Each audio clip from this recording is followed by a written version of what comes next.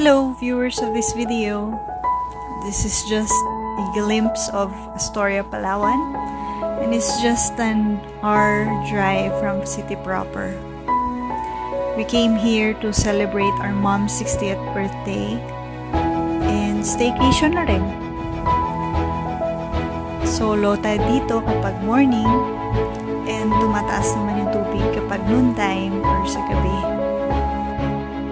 So, shout out sa mga ka-church mates ko.